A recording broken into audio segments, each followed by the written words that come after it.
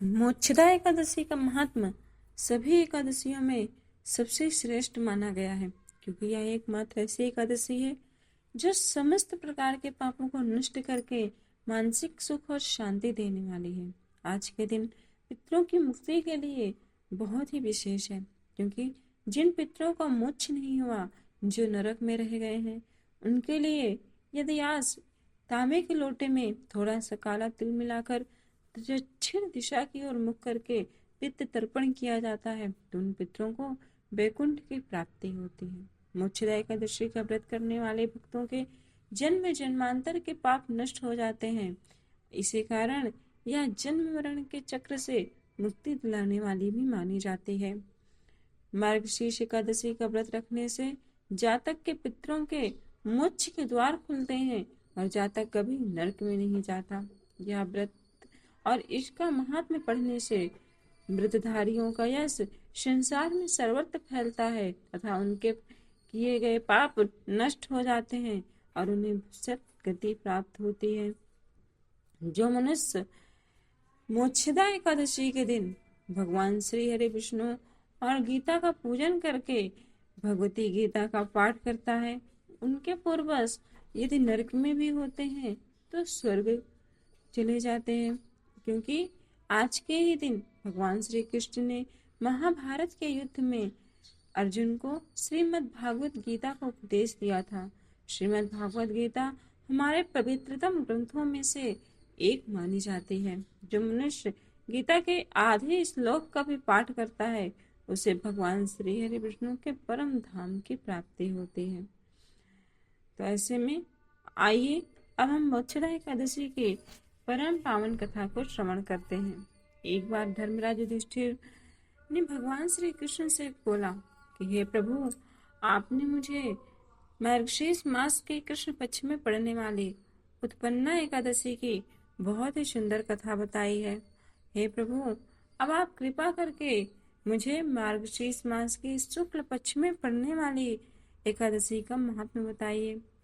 यह व्रत कैसे किया जाता है, इस व्रत को करने से किस पुण्य फल की प्राप्ति होती है, इसे करने का क्या नियम है, यह सब कृपा करके बताने की कृपा करें। उनके इस प्रकार के वचनों को सुनकर श्री भगवान कहते हैं कि हे धर्मराज, अब मैं तुम्हें मोक्षदा एकादशी की कथा को सुनाता हूँ। मोक्षदा एकादशी जो मार्गशीर्ष मास के शुक्ल पक्ष में आती है, इस दिन भगवान श्री कृष्ण के दामोदर स्वरूप का पूजन करना चाहिए, क्योंकि यह एकादशी भगवान श्री कृष्ण को समर्पित है। अतः इस एकादशी के दिन तीनों लोकों के स्वामी, सबको सुख देने वाले भगवान दामोदर का पूजन करके भक्ति भाव से धूप दीप नैवेद्य अर्पण करना चाहिए। इसके बाद इस परम पावन इतिहास को भी श्रवण करना चाहिए। गोकुल नगर में वैखानस नामक राजा राज्य करता था। उसके राज्य में चारों वेदों के ज्ञाता ब्राह्मण रहते थे और उसके राज्य में सभी लोग बहुत ही खुश थे, क्योंकि वह अपनी प्रजा को पुत्रवत प्रेम करता था। एक बार रात्रि में राजा ने एक स्वप्न देखा कि उसके पिता नरक में पड़े हैं। उससे बड़ा ही आश्चर्य हुआ। प्रातः ही वह विद्वान ब्राह्मणों के पास गया और अपना स्वप्न सुनाया। उसने कहा, हे ब्राह्मण देव, मैंने अपने पिता को नरक में कष्ट उठाते देखा है। उन्होंने मुझसे कहा है कि हे पुत्र, हम नरक की यातनाएं झेल रहे हैं, तुम हमें यहाँ से मुक्त कराओ। जब से मैंने ये वचन सुने हैं, तब से मैं बहुत ही बेचैन हूँ। चित्त में बड़ी ही अशांति हो रही है। मुझे इस राज, धन, पुत्र, स्त्री, हाथी, घोड़े आदि में कुछ भी सुख प्रतीत नहीं होता।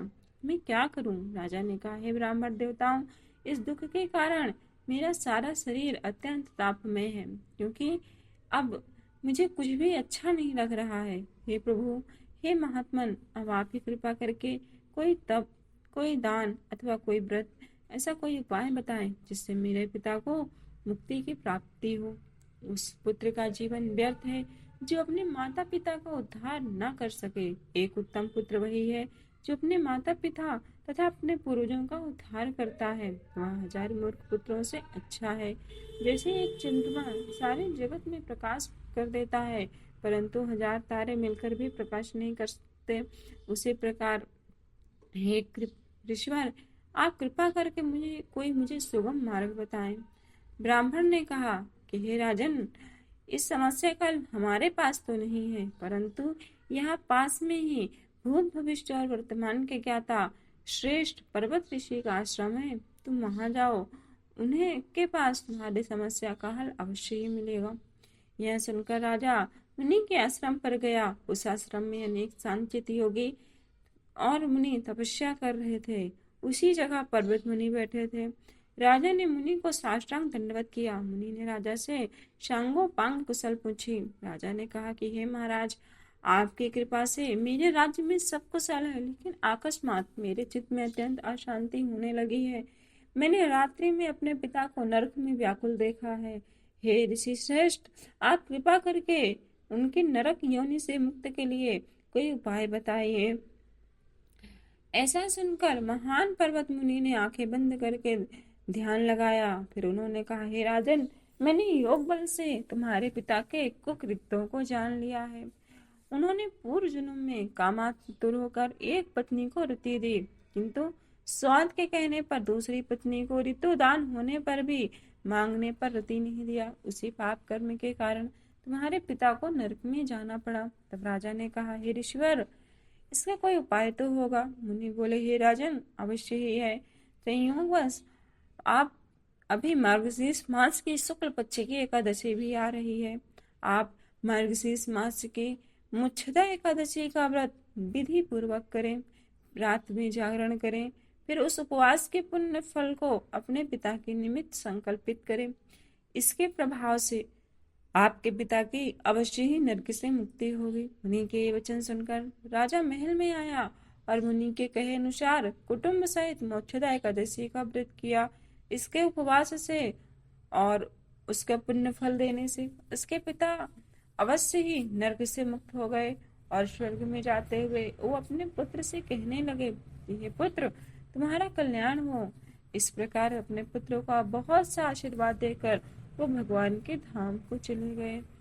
मार्गशीर्ष मास की शुक्ल पक्ष की मोक्षदा एकादशी का जो भी मनुष्य व्रत करता है, उसके समस्त पाप नष्ट हो जाते हैं। इस व्रत से बढ़कर मोक्ष देने वाला कोई अन्य साधन नहीं है। इस कथा को पढ़ना अथवा सुनने से मनुष्य को वाजपेयी यज्ञ का फल प्राप्त होता है।